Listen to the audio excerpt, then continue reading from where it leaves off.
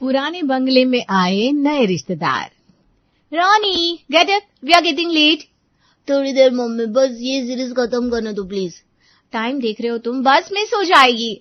Scooty है ना mummy, scooty से चले जाएंगे, कौन सी बड़ी बात है।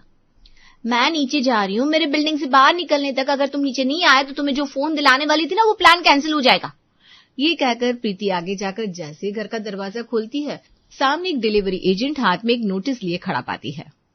मैम, ये आपका लेटर कोर्ट से है, यहाँ पर साइन कर दीजिए।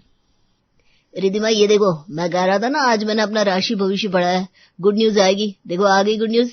हमारी हवेली पर जो पड़ोसियों ने केस कर रखा था वो सेटल हो गया, हम जीत गए, थैंक गॉड। अब हम अपनी हवेली को बड़े से मार्केट में बदल सकते हैं। और सबसे फ्रंट वाला शॉप ना मैं अपने लिए रखूंगी, पापा बोल देती हूँ, मेरा बुटीक का सपना पूरा होगा। Wow, I can't believe this. अच्छा, इतना आसान लग रहा है ये सब आपको? आसपास वालों से तो आप दाव पेच लगाकर जीत भी सकते, पर अपनों से कैसे जीतेंगे? अरे तुम दोनों कहाँ आ रही हो मुझसे लड़ने के लिए? हम तो नहीं आएंगे, पर आपके चाचा ताऊ के लड़के तो आएंगे ना। इस हवेली में आपके 3-3 चाचा ताऊ का भी हिस्सा पड़ा है, उनकी बिना मर्जी के कैसे ही हम कुछ करवा पाएंगे। एक पत्थर लगाने के पहले तो सभी कलेश करने खड़े हो जाएंगे। ये लो, गुड न्यूज मिली भी तो ऐसी मिलावट वाली गुड न्यूज है पापा। ये तो दादाजी पहले ही सब कुछ पेपर्स में अलग अलग नहीं कर सकते थे क्या? सब कुछ जॉइंट में क्यों रखना था?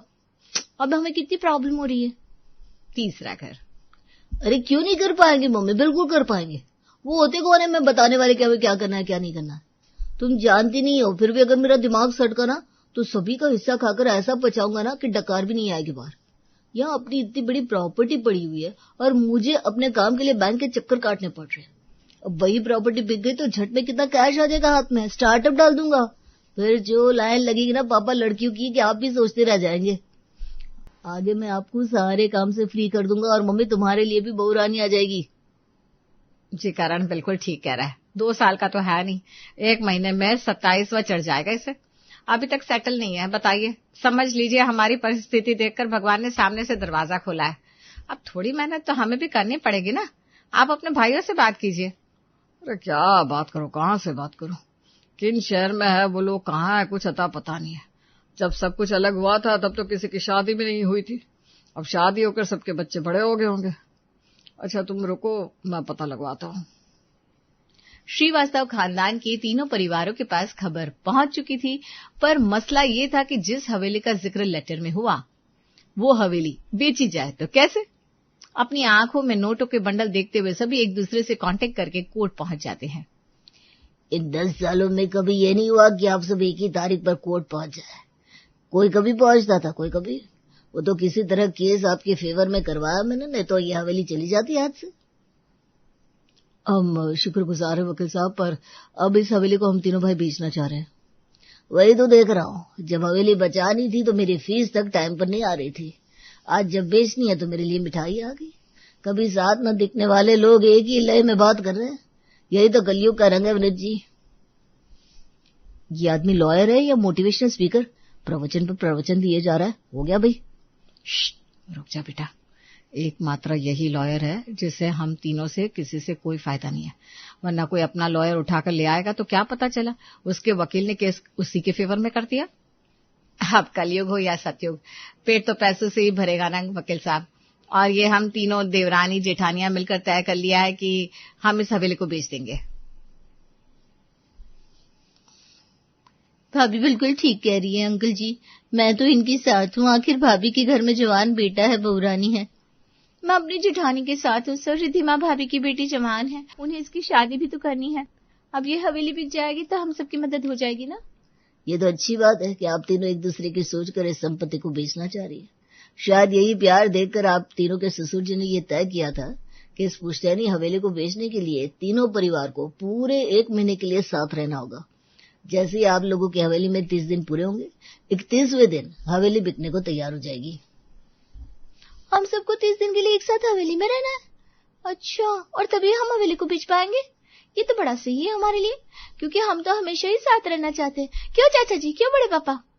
लॉयर के सामने तो कोई कुछ नहीं कहता। यहाँ तीनों बच्चे एक दूसरे को देख रहे थे और तीनों भाई एक दूसरे को। वही हालत बहुओं की भी थी। हमें मंजूर है। हमें मंजूर है। ठीक है, फिर 30 दिनों के लिए हर सुबह मैं हवेली पर आऊंगा ये देखने के लिए कि आप तीनों परिवार वहां कैसे रह रहे हैं। और अगली ही गाड़ी से श्रीवास्तव परिवार के लोग पहुंच जाते हैं अपनी हवेली। हवेली तो काफी बड़ी है, पर 2 कमरों को छोड़कर बाकी सभी कमरों में तो ताला लगा हुआ है। कोई प्राइवेसी नहीं रहेगी ऐसे तो। ये तो कुछ भी नहीं है, किचन भी एक ही है। मेरी रोनी की ईटिंग हैबिट्स बहुत अलग है। मैं किसी के साथ अपना किचन शेयर नहीं करने वाली विवेक। और घर के साफ सफाई और सारे अरेंजमेंट ये सब मुझसे अकेले नहीं हो पाएगा। तुम मेड का इंतजाम करो। 1 महीने के लिए कौन से काम वाली आने को राजी हो जाएगी? और ऐसी कोई बात नहीं है कि मुझे किसी और के साथ काम करने में कोई दिलचस्पी है। मुझे खुद अपनी रसोई साफ सुथरी पसंद है। कर्म तो मेरे फूटने वाले हैं जो 2 परिवारों के साथ अपनी रसोई बांटनी पड़ेगी। तो रहने दीजिए ना भाभी, मत बांटिए और निकल जाइए। फिर इस हवेली को बेचकर जो पैसे आएंगे वो मैं रख लूंगी। मुझे इस पुरानी हवेली में खाना बनाने में कोई दिक्कत नहीं है। आप कैसे सब कुछ रख लेंगी भाभी? यहाँ मेरा भी तो हिस्सा है। बड़ी अपशकुनी हवेली है। आए हुए 5 मिनट नहीं हुए कि कलेश शुरू हो गया।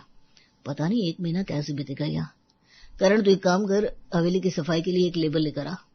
अपने पापा की बात मानकर करण लेबर लाने के लिए निकल पड़ता है, पर उसे क्या पता था कि मजदूर के पहले उसे लॉयर अंकल मिल जाएंगे। अरे करण बेटा, चलो सही है, शहर घूमने निकल पड़े तुम। मैं हवेली आ रहा था। यहाँ पास ही में मैंने एक कमरा लिया है। 1 महीने अब निगरानी तो करनी पड़ेगी। वैसे मेरे यहाँ कोई खाना बनाने वाला तो है नहीं, तो नाश्ता तुम्हारी यहाँ ही करूंगा। ये सुनते ही करण के तो तोते उड़ जाते हैं और वो सबसे पहले हवेली में फोन करके सभी को इस बारे में बता देता है कि क्या लेबर, क्या काम वाली बाई, सभी खुद ही काम पर लग जाओ। रिधिमा, मैं झाड़ू पोछा कर रही हूँ, तू जाकर रसोई का काम सलटा ले। पर रसोई का काम कैसे करूं भाभी? ना किचन में राशन है ना सब्जियां। भाई हम जेंट्स है ना, हम जाते हैं बाहर सब्जी और राशन का इंतजाम करने, और कुछ सूखा नाश्ता मिल जाए तो वो भी लेते आएंगे। बाकी आप सब घर पर देख लीजिए, समय बहुत कम है। तो मैं बाहर गार्डन साफ कर देती हूँ। रोनी, तुम बैकयार्ड साफ कर दो। तो मैं टेबल और बाकी चीजों को साफ कर देता हूँ। 2 ही घंटे हमारे पास, कभी भी लॉयर अंकल आते ही होंगे। वो परिवार जो एक शहर में होते हुए भी एक दूसरे से इतना जुदा था, आज मिलकर काम कर रहा था। मैं तो रोनी को या तो पराठे खिलाती हूँ या सैंडविच। उसके अलावा मुझे कुछ बनाना ही नहीं आता। और ये लोग दुनिया भर का सामान ले आए सिवाय आलू के। ये इडली मेकर, ये केक का बैटर, क्या जरूरत थी इन चीजों की? एक कुकर नहीं लाया गया, इनसे अब क्या होगा? मुझे लगता है बड़ी भाभी को पता होगा क्या बनाना चाहिए। नहीं, मैं उनसे पूछ कर आती हूँ। रिधिमा भागती हुई गौतमी के पास जाती है। इन मर्दों को थोड़ी ना पता है कि राशन की क्या खरीदारी होगी, इसीलिए मैंने करण के पापा को इडली का बैटर लाने को बोल दिया था। अब जल्दी जल्दी तुम दोनों इडली बनाने के लिए चढ़ा दो। एक साथ ढेर सारी इडली बन जाएगी। दोपहर में भी वही खा लिया जाएगा। बाकी सांभर और चटनी मैं आकर बना दूंगी। गार्डन साफ करने का काम तो मैंने ले लिया, पर यहाँ करना क्या होगा? अकेले कैसे करूं मैं? ओ मेरे नेल्स। मैं हूं ना दीदी, मैं आपकी हेल्प करता हूँ। दोनों भाई बहन मिलकर फटाफट सब कर लेंगे। भाई बहन? हाँ, अब मेरी बड़ी दीदी है ना। पता है दीदी, बाकियों को देखकर मुझे हमेशा लगता था कि काश मेरी कोई बहन होती जो मुझे मम्मी की डांट से बचाती, पर मेरी बहन थी ये मुझे पता ही नहीं था। सभी मिलकर काम कर रहे होते, तभी लॉयर साहब वहां पहुंचते हैं। वाह वाह श्रीवास्तव साहब, ये प्यार और अपनापन देखकर मैं तो गदगद हो गया। आप लोगों में तो सच में बहुत प्यार है। तभी प्रीति किचन से बाहर आती है। इडली हाजिर है अंकल जी। अरे वाह, आपको पता था मुझे इडली पसंद है? मुझे कैसे पता होगा वकील साहब, वो तो कोई और ऑप्शन नहीं था। क्या मतलब? मेरा मतलब ये भाभी का आइडिया था। अब जिठानी जी ने जो बोल दिया उस पर तो हमें आंखें मूंद कर चलना ही था ना। और देखिए ये नाश्ता भी आपका फेवरेट निकला। बड़ों के जो सुनकर चलते हैं उनका यही फायदा होता है। सभी साथ में बैठकर खाना खाते हैं। कितना मजा आ रहा है ना mummy, I am loving this. जल्दी से ये लॉयर अंकल जाए और मैं अपने कमरे में जाकर नींद लूं। देखिए मेरे तो आगे पीछे कोई है नहीं, यहाँ पूरा परिवार साथ है। ये प्यार देखकर मेरा तो मन यहाँ से जाने का हो ही नहीं रहा। हमारा तो बिल्कुल मन था कि आपको यहीं रोक ले, पर वो क्या है ना, घर के सिर्फ 2 ही कमरे खुले हुए हैं वकील साहब, बाकी सभी में ताला लगा हुआ है। विनीत जी गए थे चाबी वाले को ढूंढने, पर पता चला सभी 1 हफ्ते बाद आएंगे। एक कमरे की चाबी है मेरे पास, मैं साथ लेता आया था, तो आपको मेरी फिक्र करने की जरूरत नहीं पड़ेगी बहन जी। मैं आराम से एक कमरे में एडजस्ट कर लूंगा। वैसे बाकी कमरों की चाबियां कोर्ट में जमा है, तो ताले को तोड़ने की गलती मत कीजिएगा।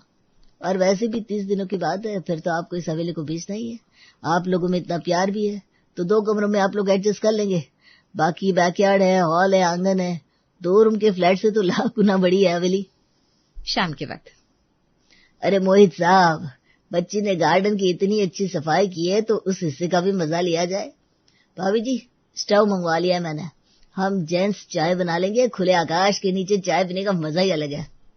मन तो किसी का नहीं था, पर इस नाटक में सभी को हिस्सेदारी देनी थी और वकील साहब के सामने दिखाना था कैसे पूरा परिवार एक है।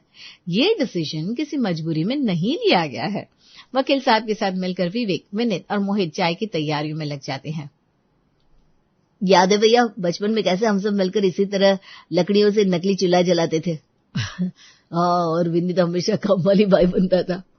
क्या सच में पापा आप काम वाली बाई बनते थे? So funny. तब मैं बच्चा था निशी और छोटा भी था, तो कभी मुझे ड्राइवर बना दिया जाता था, कभी काम वाली बाई। और आप क्या बोल रहे भैया, आप तो हमेशा किसी न किसी औरत के ही वेश में मिलते थे। और विवेक तुम क्या बनते थे? हम लोगों का तो साथ में मिलना हुआ ही नहीं, पर तुम 3 भाइयों ने बचपन साथ में गुजारा है, तो बताओ अपने बचपन के किस्से। अब यहाँ चाय पीते पीते यही सुन ले। सभी साथ में बैठे जोर जोर से हंस रहे थे। एक तरफ चाय उफन रही थी, दूसरी तरफ कहानियां। ये तो बड़ी अजीब बात है, आज रोनी ने एक बार भी फोन नहीं मांगा। चलो अच्छा है। इसी तरह दिन निकल जाता है। रात को, ये क्या हमारी परीक्षा हो रही है? कैसे सोए आदमी, गिनकर 2 कमरे हैं। दिन भर की थकी हुई हूं मैं, मुझे तो भाई अच्छे से सोना है। मैं रोनी से बात करती हूँ मम्मी, वो बड़ा होशियार बच्चा है, उसे कोई तरीका जरूर पता होगा। तो साइंस कहता है कि खुले आसमान के नीचे सोने के कई फायदे हैं। ऊपर से हमारे आंगन में तो पेड़ भी है, तो फ्रेश एयर भी मिलेगा, तो सभी एक साथ आंगन में भी सो सकते हैं। उसके अलावा हमारे पास 2 कमरे हैं, एक में लड़के सो सकते हैं, एक में लड़कियां। पर बिस्तर तो बड़ा नहीं है। इतनी थकावट हो रही है, मैं तो कहीं भी सो जाऊं। जिन मर्दों के नखरे खत्म नहीं होते थे वो आज कहीं भी सोने को तैयार थे। अगली सुबह 5 बजे। क्या बात है करण, तुम्हें नींद नहीं आ रही? क्या बोलूं चाचा जी, आज तक सेटल नहीं हुआ, बड़ी टेंशन है। लगता है जल्दी से जल्दी ये घर बिक जाए और उन पैसों से मैं स्टार्टअप करके सेटल हो जाऊं। हाथ में सिर्फ पैसा आने से सब कुछ नहीं होता बेटा, भेजे में भेजा और हाथ में कला की भी जरूरत होती है। तेरे छोटे दादाजी यानी कि मेरे पिता ने 25 लाख रुपए दिए थे मुझे, वो भी उस जमाने में, पर मुझे समझ नहीं थी तो गलत जगह इन्वेस्ट कर दिया और सब डूब गया। अपने चाचा से बात करके करण को बड़ा हल्का महसूस हो रहा था। बड़े दिनों बाद उसके चेहरे पर पॉजिटिविटी दिख रही थी। दोनों साथ में टहलते बैकयार्ड की तरफ जाते हैं। अरे चाचा जी देखिए, यहाँ इतना बड़ा पूल है, इस पुल का इस्तेमाल करना चाहिए हमें। वहां सोसाइटी के पुल में तो किसी न किसी का नंबर लगा रहता है, प्राइवेसी नहीं मिलती। हमारी सोसाइटी में तो पार्क तक नहीं है, पूल क्या बनेगा। रोनी को इतने दूर ले जाना पड़ता है मुझे प्रैक्टिस के लिए। अब यहाँ 1 महीना तो रहना है, अच्छी प्रैक्टिस हो जाएगी रोनी की और तुझे भी प्राइवेसी मिल जाएगी। पर पानी कहाँ, कितना गंदा है ये पूल। तो क्या हुआ चाचू, वैसे भी यहाँ और कोई काम तो है नहीं, हम यही कर लेते हैं। करण और विवेक मिलकर पुल की सफाई में लग जाते हैं। कुछ देर बाद वकील साहब और बाकी लोग भी आकर इस काम में हाथ बटाने लगते हैं। कुछ देर की मेहनत के बाद पुल चकाचक साफ हो जाता है। कितना मजा आ रहा है प्रीति, है रिधिमा? सच में भाभी, ना झूठ मूठ का दिखावा, ना कोई ड्रामा, सिर्फ मजे, और पूरे परिवार के साथ, वो भी फ्री में। और इस हवेली में आने के बाद इतना कुछ एक्सपीरियंस करने को मिलेगा, मैंने कभी नहीं सोचा था। साथ में खाना पीना, साथ में सोना और साथ में तंबूला खेले। मुझे तो ये चीज बचकानी लगती थी, आज तंबूला खेलने को बोल रहे हो। एक ही तो लाइफ है पापा, आने वाले कल की टेंशन में आज को क्यों बिगाड़ना, जो है आज ही है। क्यों चाचा जी? भैया बिल्कुल ठीक कह रहे हैं मम्मा, चलो ना खेलते हैं। पूरा परिवार मिलकर आज तंबोला खेल रहा था। तभी दरवाजे पर दस्तक होती है। लगता है गलत वक्त पर आ गई मैं। गौतमी जी वो खीर बनाई थी तो सोचा लेती जाऊं। अरे नहीं बहन जी, बिल्कुल सही वक्त पर आई हैं आप, पर मैं आपसे नाराज हूं। आप जब भी आती है कुछ ना कुछ लेकर ही आती है, ये क्या बात हुई? हमारे यहाँ ऐसा ही होता है, पड़ोसियों के पास खाली हाथ नहीं जाते। पर इस बार मैं किसी और काम से आई हूँ। आप लोगों का परिवार और आपसी प्यार देखकर ना मेरा मन अपनी बेटी को आपके घर भेजने का हो गया। यह हवेली तो बहुत लकी निकली। इतने कम वक्त में ही शोभा की बेटी और करण की बातें भी शुरू हो जाती है। पर 29 दिन होते ही दिखते हैं। 29वें दिन की सुबह पूरा परिवार सामान बांधकर बंगले को खाली करने लगता है। ये क्या, आप लोग सब कहाँ जा रहे हैं? वापस, छुट्टियां खत्म। पर आप लोगों को तो हवेली बेचनी थी ना ये, और एक दिन की बात है, कल भर रुक जाइए, फिर आप लोग इस हवेली को बेच नहीं पाएंगे। अगर आप लोग आज चले गए तो कॉन्ट्रैक्ट टूट जाएगा। पता है वकील साहब, इसीलिए तो हम आज जा रहे हैं। यहाँ रहने के बाद हमें एहसास हुआ कि ये बंगला सिर्फ एक बंगला नहीं है, ये हमारा वो घर है जहां हमारे पुश्ते रहते थे। तभी तो यहाँ आते ही सब कुछ जैसे हमारे बीच बदल गया। शहर की इस भाग दौड़ से दूर यहाँ आकर जो अपनापन मिला हमें, वो कहीं नहीं था। और आप प्लीज बाकी कमरे भी खुलवा दीजिएगा। अब हम हर साल गर्मी और सर्दियों की छुट्टियां यहीं बनाएंगे।